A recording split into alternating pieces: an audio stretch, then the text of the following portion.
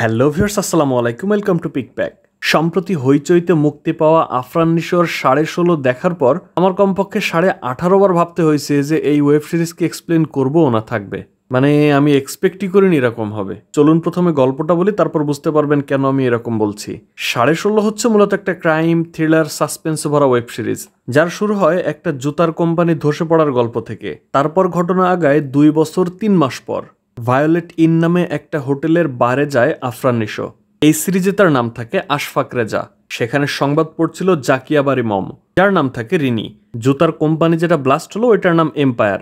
তো এইটা নিয়ে রিনি একটা টকশো করছিল যে আগামীকাল অবশেষে এই মামলার শুনানি হতে যাচ্ছে, ওইখানে যারা আহত হয়েছিল তারা ক্ষতিপূরণ পাবে কিনা এই ব্যাপারে। কোম্পানির মুখপাত্র জানায়, এম্পায়ারের মুখপাত্র রিনিকে জানায় আমাদের কোনো সমস্যা ছিল না, ঠিকাদার কোম্পানি কেপলার এই বিল্ডিং কোডে ভুল করছে, তারা কোম্পানি তৈরির সময় রড সিমেন্ট ঠিক মতো দেয়নি, এজন্য আমরা বিপদে পড়ছি, ক্ষতিপূরণ দিলে তারা দিবে। আর এই কেপলার কোম্পানির আইনজীবী হিসেবে নিয়োগ পেয়েছিল আশফাক রেজা। সে তার সাক্ষাৎকারে বলে, কোনো প্রশ্নই আসে না, আমাদের কাছে যথেষ্ট প্রমাণ আছে যে আমরা সবকিছু ঠিকঠাক মতো করছি, যা করার এটা কোম্পানির দায়িত্ব। বারে বসে যখন এই সংবাদ দেখছিল আর একজনের জন্য অপেক্ষা করছিল, তখন আরেকজন মেয়েকে দেখা যায়, তার নাম নাতাশা। ব্যারিস্টার রেজা কখনো কেসে হারতো না এবং আগামীকাল কেপলারের ভুল থাকা সত্ত্বেও সেই কেসটা সে নিয়েছে এবং জিতবে। আর প্রত্যেকটা কেসের আগে সে এরকম কোনো একজন মেয়ের সঙ্গে রুম ডেট করে। তো হোটেল ভায়োলেট ইনের 16.5 নম্বর ফ্লোরে সে একটা রুম ভাড়া করে এবং নাতাশার সঙ্গে আজকের রাতটা কাটানোর কথা। নাতাশা প্রথমে ঠিক থাকলেও ওই বারে যখন রাকিব স্যার নামে একজনকে দেখে সে একটু ঘাবড়ে যায়। তারপর হোটেল বয় এসে তাদেরকে বলে যে স্যার আপনাদের রুম রেডি, চাইলে যেতে পারেন, এবং দুজন তাকে ফলো করে 16.5 নম্বর ফ্লোরে চলে আসে। ফ্লোরে উঠতেই নাতাশার মনটা যেন কেমন খারাপ দেখাচ্ছিল। আর তারা রুমে ঢুকতেই দেখা যায় এই হোটেল রুমে একটা গোপন ক্যামেরা বসানো ছিল, যা দিয়ে কেউ একজন রেজা এবং নাতাশার ভিডিও ধারণ করছে। রুমে গিয়ে রেজা লম্বা দেখে একটা বিড়ি ধরায়। তারপর বেলকুনির দিকে যেতে দেখে নাতাশা হঠাৎ তার ব্যাগ থেকে ফোন বের করে ওই রেজার ফাইল থেকে কয়েকটা ছবি তোলে। বোঝা যায় নাতাশা হয়তো কারো এজেন্ট হয়ে বা কারো তথ্য পাচার করে দেওয়ার জন্য রেজার সঙ্গে রাত কাটাতে আসছে। সে বেলকুনি থেকে আবার ফিরে আসে এবং উকি দিয়ে দেখে যে নাতাশা এরকম এগুলো করতেছে। রেজা ফিরে এসে নাতাশাকে বুঝতে দেয় না যে সে ধরে ফেলছে। সে নাতাশার কাছে এসে জিজ্ঞেস করে, আমার মতো একজন বুড়োর সঙ্গে তুমি কেন ডেটে আসলে? নাতাশা বলে, আই লাইক টু এক্সপ্লোর, বুঝলে বুঝপাতা, না বুঝলে তেজপাতা। তো তার সঙ্গে ক্লোজ হতে গেলে বলে যে আমার একটু গোসল করা লাগবে। সে রেজাকে রুমে রেখে ওয়াশরুমে চলে যায়। তখন রেজা তার ঘোড়াকলটা টেবিলের উপর রেখে হঠাৎ করে তার সন্দেহ হয় এবং খেয়াল করে দেখে টেবিলের উপর একটা শোপিসে একটা ক্যামেরা সেট করা। ক্যামেরাকে মিডিল ফিঙ্গার দেখিয়ে ক্যামেরাটা বন্ধ করে দেয়। তারপর সে নিজেও চলে যায় নাতাশার সঙ্গে শাওয়ারে। তখন আবার রেজার ফোনে তার মেয়ে বারবার কল দিচ্ছিল।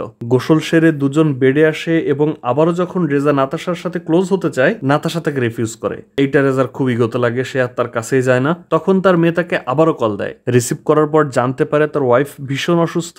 রেজার মেয়ে আর শালি দুজন মিলে বউকে হাসপাতালে নিয়ে ভর্তি হয়েছে, তাকে দ্রুত যেতে বলে। রেজার তো এমনি মুডটা খারাপ হয়ে গেছে একটু আগে, তার উপরে যখন এই সংবাদ আসে তখন সে আর দেরি না করে চলে যেতে চায়। নাতাশা আটকানোর চেষ্টা করে এবং বলে, তুমি কি আর ফিরে আসবে না? সত্যি চলে যাচ্ছ?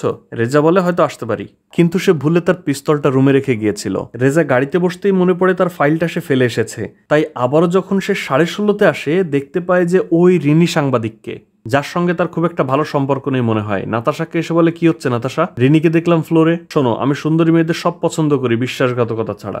নাতাশা তো বলে, কই কিছু না তো। তার সঙ্গে ভাব জমানোর চেষ্টা করে, কিন্তু রেজা সেটাকে ইগনোর করে নিচে চলে যায়। গাড়িতে উঠতে যাবে ঠিক এমন সময় ওই হোটেলের ছাদ থেকে কিছু একটা তার দিকে ছুড়ে মারা হয় বা কিছু একটা পড়ে। তারপর সে গাড়ি টান দিয়ে হসপিটালে চলে আসে। তার ওয়াইফকে দেখে মনে হয় ক্যান্সারের রোগী, মরতে খুব বেশি দিন বাকি নাই। রেজাকে দেখে তার ওয়াইফ বলে, কাল তোমার কেস আর আজকে আমি তোমাকে এরকম ডিস্টার্ব করে ফেললাম মনে হয়। তুমি তো কখনো হারো না, তারপর আমি দোয়া করি তুমি যেন কেপলারের কেসটা হেরে যাও। মৃত্যু পথযাত্রী মানুষের দোয়া কিন্তু কবুল হয়। রেজা বলে, তাহলে তোমার ভবিষ্যৎবাণী পূরণ হতে এখনো অনেক দেরি। তার ওয়াইফ মূলত একটা ডকুমেন্টারি তৈরি করছিল এবং সে চাচ্ছিল এই কেপলার কেসটা যদি হেরে যায়, ক্ষতিপূরণ দেয়, তাহলে এম্পায়ার কোম্পানির কর্মচারীগুলো ক্ষতিপূরণ পাবে। সো তার হাজবেন্ড কেসে হেরে যাক। মানে একজন হচ্ছে মানবতাবাদী আর একজন হচ্ছে আইনজীবী বা সম্পূর্ণ যুক্তিবাদী। দুজনের মধ্যে কথা হচ্ছিল, এমন সময় রেজার ফোনে একজনের কল আসে এবং তাকে বলে, তুই যদি 15 মিনিটের মধ্যে 16.5-তে ফিরে না আসিস তাহলে বহুত ঝামেলায় পড়বি। কল দিয়েছিল পুলিশের এডিসি আলতাফ। ঝামেলার কথা শুনে সে আর দেরি না করে হাসপাতাল থেকে ফিরে আসে আর রুমে এসে দেখতে পায় নাতাশার লাশ পড়ে আছে সেই বেডে, হাতের পাশে রেজারি রেখে যাওয়া পিস্তল। আর সেই লাশের পাশে অপেক্ষা করছে রাকিব স্যার, সাংবাদিক রিনি এবং পেছন থেকে আসা এডিসি আলতাফ। এখানেই শেষ হয় প্রথম পর্ব। দ্বিতীয় পর্বের শুরুতে দেখা যায় এই যে সাংবাদিক রিনি, সে হয়তো কোনো একটা কেসে ফেসে গেছিল এবং তাকে ফাঁসাইছিল এই রেজা, তাই রেজার উপরে তার ভীষণ রাগ ছিল। আলতাফ প্রথমে রেজার ফোন নিয়ে নেয় এবং বলে এত কাছাকাছ কেমনে করলেন, আপনার নামে লাইসেন্স করা পিস্তল ফেলে রেখে চলে গেলেন এরকম একটা কাজ করে। রিনি তার মোবাইলের ক্যামেরা অন করে বলে আমি তাহলে কাজ এগিয়ে রাখি, বলেন কিভাবে খুন করছেন। রাকিব বলে কেপলারের পক্ষে আপনার কাছে কি প্রমাণ আছে। মানে তিনজন তিন পাশ থেকে রেজাকে ধরে ফেলে, কিন্তু সে তো আইনজীবী ঘাবড়ানো লোক না। ঠান্ডা মাথায় বসে প্রথম প্রশ্নটাই করে, আচ্ছা এ মারা যাওয়ার পর তো আপনাদের কাউকে ফোন করে বলেনি যে আমি মারা গেছি, আমার এখানে আসো। এই রুমে প্রথম ঢুকলো কে? তিনজনে একটু হতভম্ব হয়ে যায়। তারপর রিনিকে জিজ্ঞেস করে যে আপনি আমাকে পছন্দ করেন আমি জানি, 16:30 আপনি কি করেন এখানে, তো আপনার আসার কথা না। মানে এই 16:30 ছিল খুবই ভিআইপি লেভেলের জায়গা, যেখানে শুধুমাত্র বড় বড় মালদার পার্টিরা আসতো এরকম আকাম কোকাম করতে, সহজ কথায়। তো রিনিকে এই প্রশ্ন করায় সে কোনো উত্তর দিতে না পেরে রুম থেকে বের হয়ে যায়, তার সাথে আলতাফও। এরপর ঘটনা ফিরে যায় 2 ঘন্টা 48 মিনিট আগে। দেখা যায় রাকিবই রিনিকে এই ভায়োলেট ইনে দাওয়াত করে এনেছিল। তাদের মধ্যে একটা চুক্তি হয়। রিনিকে জানায় রেজাকে নিয়ে আমি আজকে আপনাকে এমন একটা সংবাদ দিব, এমন একটা এভিডেন্স দিব যে আপনি পুরো রেজাকে গুঁড়া করে দিতে পারবেন। কিন্তু আগামী দিন শুধু রেজাকে পরাজিতই না, বরং নিজেরও কিছু স্বার্থ দেখার জন্য রিনি বলে আমি আর কি পাবো। রাকিব বলে আপনি যে টিভিতে সংবাদ পাঠিকা হিসেবে আছেন ওই টিভির হেড অব দ্য করেসপন্ডেন্ট আপনাকে বানায় দেওয়ার ব্যবস্থা করে দেবো, আপনি খালি আমাকে একটু কোঅপারেট করেন, একটু হেল্প করেন। তো ভায়োলেটিনের এই 16:30 থাকতে গেলে তো মূলত ইলিগাল ডেট করা লাগে। রিনিরও কাউকে ডাকার দরকার ছিল, তাই সে ডেকেছিল এডিসি আলতাফকে। এই আলতাফ আবার রিনির এক্স বয়ফ্রেন্ড। তাদেরও প্রায় 3.5 বছর পর দেখা। আলতাফ আর রিনির যখন কথা হচ্ছিল ওই তখনই নাতাশা এসেছিল রেজার সাথে দেখা করতে। আলতাফ ওই একইবারে আশফাক রেজাকে দেখে বলে যে এনআরএর কেসটা আমি ঘাটাঘাটি করছিলাম, ওই বিল্ডিং কোড, বিম, সিমেন্ট, রড সবকিছুতেই ঝামেলা, কিন্তু বেশি দূর ঘাটাঘাটি করতে গিয়ে উনি পরে আমার বদলি করে ছাড়ছে। আর এই জন্য আশফাক রেজার উপরে এই এডিসি আলতাফেরও বেশ খানিকটা রাগ।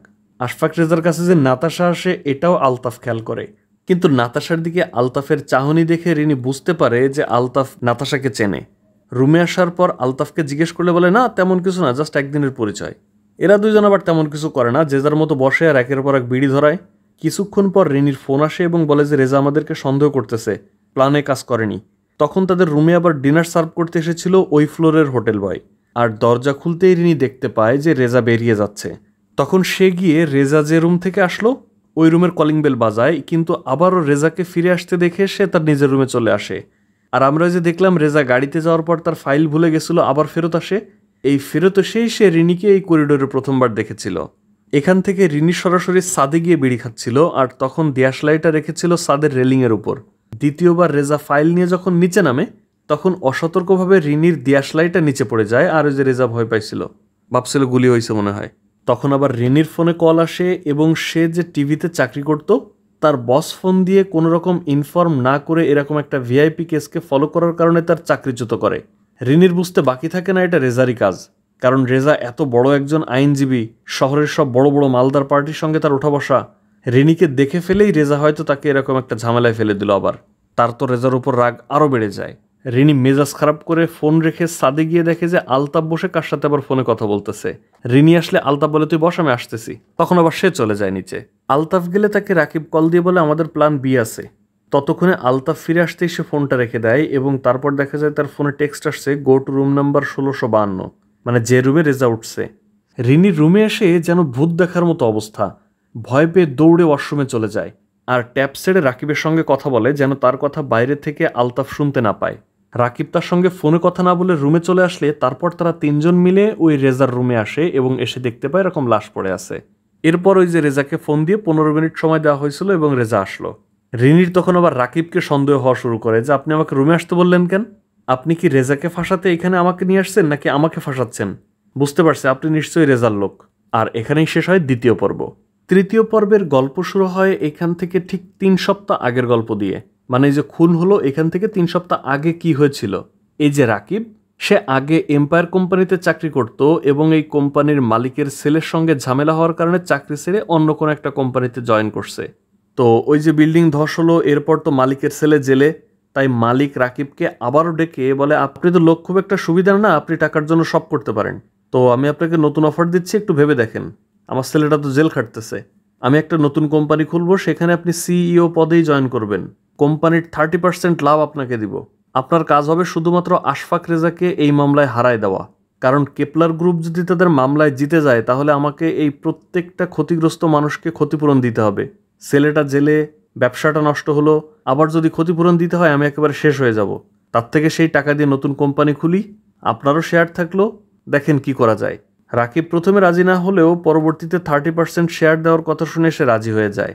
আর এই মালিককে অনুরোধ করে যে এর সঙ্গে আমার আর একটা দাবি আছে, আমার একজনের হেল্প দরকার, আর তার দরকার একটা ফেভার। আপনার যে টিভি চ্যানেল আছে, আপনার কাজটা হয়ে গেলে ওই টিভি চ্যানেলের হেড অব দ্য করেসপন্ডেন্ট বানাইতে হবে একজন মেয়েকে। সে মূলত রিনির কথাই বলছিল, ওই যে বারে গিয়ে রিনিকে প্রস্তাব দিল হেড অব দ্য করেসপন্ডেন্ট বানাবে, এই এম্পায়ার কোম্পানির মালিকের টিভি চ্যানেলে বানানোর কথা বলছিল। এই জন্য রাকিব ওই যে 16:30 যখন রেজা আসলো নাতাশাকে নিয়ে, তার ঠিক 5 ঘন্টা আগে 16:30 ওই ফ্লোরের যে বয় ছিল, হোটেল বয়, তাকে দিয়ে গোপন ক্যামেরা সেট করা একটা শোপিস রেখে এসেছিল রেজার রুমে। সে ভেবেছিল নাতাশার সঙ্গে রেজার যদি এরকম একটা ভিডিও সে গোপনে ধারণ করতে পারে তাহলে এইটা তার অসুস্থ বউকে দেখাবে, এরকম ব্ল্যাকমেইল করে সে কেপলারের ওই কেসটাতে হারাবে। কিন্তু রেজা তো ঝানুমাল, সে তো যে ক্যামেরাটা বন্ধ করে দিল, তাই প্রথম প্ল্যান কাজ করেনি। এই রাকিব আর রেজা কিন্তু এতক্ষণ পর্যন্ত একসঙ্গেই কাজ করছিল, মানে এই কেপলার কোম্পানিতেই কিন্তু বর্তমানে রাকিব চাকরি করে। তো ওই দিন বারে রেজার সঙ্গে দেখা করে বলে যে আপনাকে যতভাবে আনন্দিত রাখা যায়, যতভাবে ভালো রাখা যায়, সব দায়িত্ব আমার। আপনার রুম রেডি আছে, আপনি যে কোনো সময় গিয়ে উপভোগ করতে পারেন, কোনো সমস্যা নাই। আর আপনার ব্যক্তিগত অস্ত্রের লাইসেন্সটা কি হয়েছে? রেজা বলে হ্যাঁ, সাথেই আছে। দেখা যায় কেপলারের এই কেসটা জেতার জন্য তারা সহযোগিতা নিচ্ছিল ওইখানকার শ্রমিক লিডার গফফারের। কেপলার কোম্পানি গফফারকে টাকা খাইয়েছে এই জন্য যেন তারা ক্ষতিপূরণের দাবি না করে, আর কেপলার কোম্পানির পক্ষে মিছিল করে। কিন্তু রেজার সাথে কথা শেষ করে রাকিব নিচে এসে ওই গফফারকে আবারও ডাকে এবং আগের বারের থেকে এইবার আরও বেশি, অর্থাৎ 2 বান্ডেল টাকা দিয়ে বলে খবরদার, কালকে তুমি যেন কোর্টে যাবা না এবং কেপলার কোম্পানির বিরুদ্ধে সাক্ষী দিবা। গফফারও তো পুরো অবাক হয়ে যায় যে ব্যাপার কি, গোপন ক্যামেরা তো রেজা ধরে ফেলছে, আর এর পরেই তো সে হাসপাতালের উদ্দেশ্যে বের হয়েছিল। যাওয়ার পথে সে দেখে যে রাকিব নিচে দাঁড়িয়ে আছে। গাড়ি ব্যাক করে রাকিবকে একটা গালাগাল দিয়ে তারপর সে হাসপাতালে গিয়েছিল।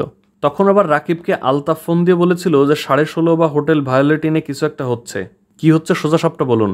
রাকিব বুঝতে পারে যে রিনির বয়ফ্রেন্ড হিসেবে তাহলে সে আলতাফকেই নিয়ে আসছে। সে রেজার ঘটনা তাকে বলে দেয় যে রেজা প্রত্যেকটা কেসের আগে এরকম ফুর্তি করে। আজকে নাতাশা নামে একটা মেয়েকে নিয়ে 16:30 আছে। তো তাদের কথা শেষ হওয়ার পর রাকিব, রেজা তো বাইরে, এই সুযোগে সরাসরি চলে যায় নাতাশার কাছে। গিয়ে দেখে নাতাশার মন খারাপ, ডিপ্রেসড। সে গিয়ে বলে এটা তুমি মিস করলা কেমনে? যেমনে হোক তুমি রেজার সঙ্গে টাইম দিবা, আর তোমার ফোনে কি ছবি তুলছো সেগুলো এখন দ্রুত আমাকে দিয়ে দাও। নাতাশা তাকে কোঅপারেট করে না, বলে আমার সব ঘৃণা লাগতেছে, আমি ট্যাক্সি ডাকতেছি, চলে যাব। রাকিব তাকে বলে তুমি কোম্পানির হেড অফ পিআর হবা, সেই লোভে তুমি এই কাজটা করতে আসছো আর এরকম পরিস্থিতিতে চলে যাবা? ইম্পসিবল। ওই যে এম্পায়ার কোম্পানি, ওই কোম্পানির পাবলিক রিলেশন সেক্টরের প্রধান হওয়ার লোভ দেখিয়ে রাকিব নাতাশাকে এই কাজে নিয়ে আসছে। যেতে চাইলে বলে একজন সাংবাদিক আসবে রিনি নাম করে, সে তোমাকে যা যা বলবে তুমি সেইভাবে তাকে ইন্টারভিউ দিবা, বলবা যে রেজা তোমাকে এখানে জোর করে ধরে আনছে, তোমাকে ফিজিক্যালি অ্যাসল্ট করছে, তোমার উপর শারীরিক নির্যাতন করার চেষ্টা করছে। আর এই নারী নির্যাতন কেসেই কালকে শুধুমাত্র রেজাকে আটকানো সম্ভব। কিন্তু নাতাশা কোনোভাবেই রাজি হচ্ছিল না। তার হঠাৎ করে কেমন জানি মুডটা চেঞ্জ হয়ে গেছে, খুব মন খারাপ। রাকিব নাতাশার ফোন জোর করে নিয়ে লক খুলতে বললে তখন নাতাশা রেগে যায় আর রেজার রেখে যাওয়া পিস্তল তার দিকে তাক করে। কিন্তু রাকিব তাকে শান্ত করার জন্য কাছে যায় এবং পিস্তলটা নিজের হাতে নিয়ে নেয়। পরের দৃশ্যে দেখা যায় রাকিব যখন নাতাশার রুম থেকে বেরিয়ে এসেছে, গফফার তাকে ফোন দিয়ে বলতেছে স্যার আপনার কাছ থেকে তো টাকা খাইলাম, কিন্তু আমার এই শ্রমিকরা তো এখন ঝগড়া করতে যাচ্ছে না, আমি একজন নেতা, আমারও তো ভবিষ্যৎ আছে, আমার তো ওদের কথা ভাবা লাগে, ওদের মতামত নেওয়া লাগে, তো স্যার কালকের গ্যাঞ্জামটা আর হচ্ছে না। মানে রাকিবের এই প্ল্যানটাও নষ্ট হয়। এর মধ্যে সে তো ওই যে রিনিকে বলছিল নাতাশার রুমে যাইতে, তখন রিনি গিয়ে দেখে ওই যে মরে পড়ে আছে। রাকিবকে এই কথা ফোনে বলতে গেলে সে বলে দাঁড়াও আমি আসতেছি। তারপর কি হয়েছে আপনারা তো জানেনই। তো ওই যে দেখলেন রেজার রুম থেকে রিনি আর আলতাফ বের হয়ে আসলো, রাকিব একা ছিল রুমের মধ্যে। আলতাফ তাকে জিজ্ঞেস করে তুই এরকম একটা খুন করলি, এরকম একটা খারাপ কাজের সাথে যুক্ত হলি? রিনি তো বলে আরে আমি তো জানতামই না, আমি তো রেজাকে ফাঁসাইতে আসছি, এসব মেয়ের কাহিনী তো আমি বুঝলাম না কিছুই। তুইও তো এখানে আসতে চাসনি প্রথমে, তারপর আসলি কেন, তোর কি কোনো ধান্দা ছিল? সে কোনো কথা বলে না। এদিকে রেজা রাকিবকে বলে যে আমার ফোনটা খুব দরকার, আমার স্ত্রী হাসপাতালে, খোঁজ নিতে হবে। রাকিব তো বরাবরের মতোই ধান্দাবাজ। সে রেজাকে বলে আপনি তো এখান থেকে বেরোতে পারবেন না, সরাসরি থানায়, যদি বের হইতে চান তাহলে আমার কিছু অফার করেন। মানে সে তো কেপলারের কাছ থেকে খায়, এম্পায়ারের কাছ থেকে ঘুষ খেয়ে আবার কেপলারের বিপক্ষে নামছে, এখন আবার সে চাচ্ছে রেজার কাছ থেকে যদি আরো বড় কিছু খাওয়া যায় তাহলে সে এম্পায়ারের বিরুদ্ধে চলে যাবে, রেজাকে ছেড়ে দিবে। এরকম ধান্দাবাজ লোক কিন্তু আমাদের চারপাশে ভরা, যেখানে সুবিধা সেখানেই তারা হাজির। যাই হোক, রেজা বলে, আপনার সঙ্গে গফফারের যে কথোপকথন হয়েছে এই সবগুলো রেকর্ড আমার কাছে আছে, আর আমি কোর্টে যাইতে পারি আর না পারি এইগুলো যদি আমি কালকে থানায় পৌঁছাই দিই তো আপনার কি অবস্থা হবে একবার ভাবুন। রেজার কাছে রাকিব কট খেয়ে গেছে। এইবার রিনি আর আলতাফ রুমে ফেরত আসে। রেজাকে বলে, তুমি ধরা খাইছো, আর চালাকি করে লাভ নাই। শোনো, আমাদের প্রত্যেকেরই কিছু না কিছু চাহিদা আছে, তুমি যদি আমাদের সবার চাহিদা মেটাও তাহলে এখান থেকে তোমাকে বেরোতে দেব। রেজা তখন বিড়ি ধরাতে গিয়ে লাইটার পড়ে যায় এবং সে নিজের লাইটার তুলতে গিয়ে হঠাৎ করে একটা ক্লু পায়। লাইটারটা ছিল এই আলতাফের। একটা টিস্যুতে করে ওই লাইটারটা বের করে আলতাফকে দেখিয়ে বলে যে এটা নিশ্চয়ই আপনার, আমি এটা খুব ভালো করেই চিনি, আপনার আঙুলের ছাপ আছে, নাতাশার আঙুলের ছাপও হয়তো এতে আছে, সো আমার আর কিছু মনে হয় লাগবে না, এবার কি ফোনটা পেতে পারি। রিনি তখন তাকে ফোনটা দিয়ে দেয়। মানে রেজার কাছে আলতাফ ও কট। এখানেই শেষ হয় তৃতীয় পর্ব। চতুর্থ পর্বের শুরুতে দেখা যায় ওই এম্পায়ার কোম্পানি ধসে পড়ার পরপর, অর্থাৎ 2 বছর আগের কথা, মানে নাতাশার মৃত্যু থেকে 2 বছর আগের ঘটনা। সেই সময় এম্পায়ার কোম্পানির বিল্ডিংয়ের আশেপাশে পুলিশ ইনভেস্টিগেশনের দায়িত্বে ছিল আলতাফ। সে তার ইনভেস্টিগেশনের কাজে একবার যখন কেপলার কোম্পানিতে গিয়েছিল, লিফটে পরিচয় হয় নাতাশার সাথে। নাতাশা ওই কোম্পানির ছোট্ট একটা চাকরি করত। অফিসে গিয়ে তখনকার এমপ্লয়ি রাকিব স্যারের কাছে যখন জিজ্ঞেস করা হয় বা ওই এম্পায়ার গ্রুপের কিভাবে বিল্ডিংটা তৈরি করা হয়েছিল, কি কি পণ্য কতটুকু পরিমাণ কোন গ্রেডের কেনা হয়েছিল, অনুমোদিত কিনা, এইসব পেপার চাইলে সে হাবিজাবি দিতে থাকে আর বলে যে এর বেশি আপনি কিছু চাইলে আপনি আমাদের লয়ারের সাথে কথা বলেন, আমার সাথে এত পেঁচাল বাড়ে লাভ নাই।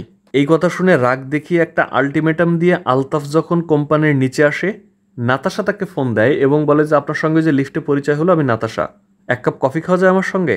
তারপর তারা দুজন একটা কফি শপে গেলে আলতাফ মনে করে যে হয়তো রাকিব তাকে পাঠাইছে কোনো একটা সুবিধা নেওয়ার জন্য, কিন্তু নাতাশার উদ্দেশ্য ছিল ভিন্ন। তো আলতাফ এই কফি খেতে আসার ব্যাপারটাকে একটু অন্যভাবে নেয়। সে ভেবেছিল নাতাশা হয়তো তাকে গ্রিন সিগন্যাল দিচ্ছে, তাই সে রাতে নাতাশার সাথে দেখা করার প্রপোজাল দিয়ে ফেলে। কিন্তু নাতাশা বলে, সরি, আমার হাজবেন্ডের সঙ্গে আজকে একটা প্ল্যান আছে, তো দেখা করা সম্ভব না। আলতাফ বুঝতে পারে যে ও আচ্ছা, তাহলে আপনার হাজবেন্ডও আছে। পুরো বলদ হয়ে গেল। নাতাশা মূলত তার সঙ্গে দেখা করতে এসেছিল যেহেতু পুলিশের লোক, সম্পর্ক যদি ভালো থাকে আর কেপলার যদি ধরা খেয়ে যায়, তাকে যদি দয়া করে মায়া করে কোনোভাবে ছেড়ে দেয়, কারণ সে তো ধান্দাবাজ লোক, তার তো উপরে উঠতে হবে, তার তো সব কোম্পানির সঙ্গে ঝামেলায় জড়ালে হবে না, তাই হয়তো পুলিশকে হাত করতে চেয়েছিল। এরপর দেখা যায় আলতাফ রেজার সঙ্গে বসেছিল। রেজা তাকে অনেক বড় একটা অ্যামাউন্ট ঘুষ দিতে চাইছিল, কিন্তু আলতাফ সেটা গ্রহণ করে না। সেদিন হোটেলে রেজা যখন একটা বিড়ি ধরায়, আলতাফ তাকে তার লাইটার দিয়ে বিড়িটা ধরিয়ে দেয়। রেজার প্রপোজাল রিফিউজ করছে, এইটা তো তার জন্য অনেক স্মরণীয় একটা দিন। এই জন্য আলতাফের দিয়াশলাইটা কেমন ছিল এটাও তার মনে ছিল। আর নাতাশা যেদিন খুন হলো সেদিন তার রুমে তাই দিয়াশলাইটা দেখে তার বুঝতে কষ্ট হয়নি যেটা আলতাফের দিয়াশলাই। রেজার সঙ্গে এই সাক্ষাতের পরপরই আলতাফের অফিস থেকে ফোন আসে এবং তার এক সহকর্মী তাকে জানায় যে কি মিয়া, বলছিলাম এই নিয়ে তো ঘাটাঘাটি করেন না, আপনার তো ট্রান্সফার হয়ে গেছে, কালকে সকালে এসে লেটার নিয়ে যান। মানে সে যেন এই কেসটার তদন্ত করতে না পারে এই জন্য তাকে ট্রান্সফার করায় দেয় রেজা। সে তো লয়ার, শহরের অনেক বড় বড় জায়গায় তার হাত, একজনের পোস্টিং করিয়ে দেওয়া এটা তার কাছে তেমন কোনো একটা ব্যাপারই ছিল না। আর এই কারণে মূলত আলতাফের রাগ ছিল রেজার উপরে। ঘটনা এবার আবারও ফিরে আসে নাতাশার মৃত্যুর দিনে। নাতাশার মৃত্যুর 10 ঘন্টা আগে আলতাফের কথা হয় এই শ্রমিক নেতা গফফারের সাথে। গফফার তো আলতাফকে সারসার করে চলতো, কারণ সেও তো নেতা, তার তো আবার পুলিশকে হাত করে চলা লাগে। আলতাফ গফফারকে ডেকে বলে, তোমাকে এবার এমন একটা কেসে ঢুকাবো যেখান থেকে কোনো জামিনে বেরোইতে পারবা না, তুমি 2 পক্ষের টাকা খাওয়ার সুবিধা নাও না। গফফার নিজের পিঠ বাঁচাতে তখন বলে, স্যার আমি যেভাবে পারি আপনারা সহযোগিতা করবো, আপনি খালি বলেন কি চান।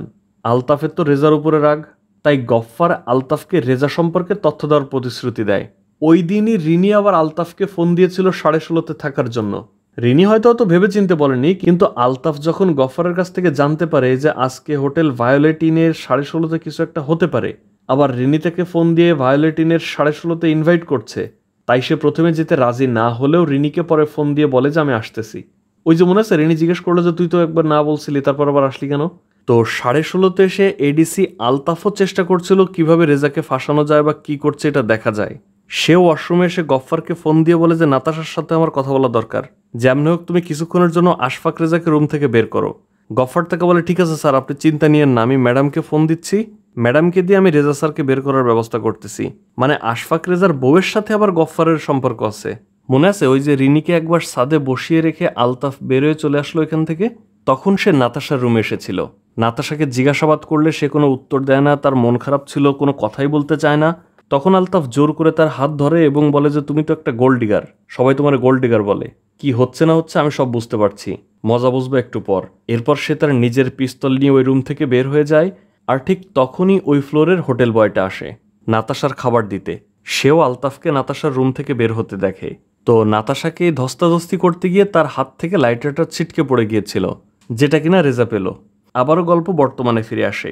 রেজার তো স্ত্রী অনেক অসুস্থ, তার তো সেখানে আবার ফেরত যাওয়া লাগবে।